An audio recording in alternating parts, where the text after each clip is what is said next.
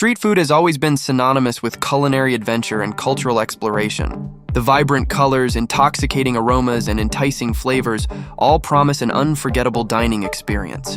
However, behind the allure of these tantalizing treats lies a dark and often overlooked reality.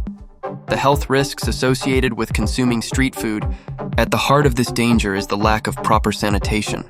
Street vendors often operate in environments where maintaining cleanliness is a significant challenge. The bustling streets are rife with dust, pollutants, and pathogens. Without access to clean water and proper waste disposal facilities, the hygiene standards of street food preparation are often compromised. Cross-contamination is another major concern. Vendors typically handle a variety of food items, from raw meat to fresh vegetables, within the same small workspace. The absence of stringent food safety protocols means that the risk of harmful bacteria, such as E. coli and Salmonella, contaminating the food is alarmingly high. These pathogens can lead to severe gastrointestinal issues and other health complications.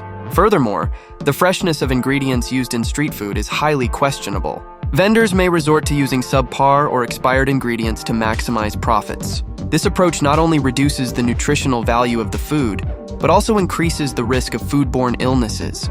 The lack of refrigeration and proper storage methods further exacerbates this problem, allowing bacteria to multiply rapidly in perishable items. Oil used for frying street food is often reused multiple times, leading to the formation of harmful compounds. These reused oils can produce toxic substances such as acrylamide and trans fats, which are linked to various health issues, including cancer and heart disease.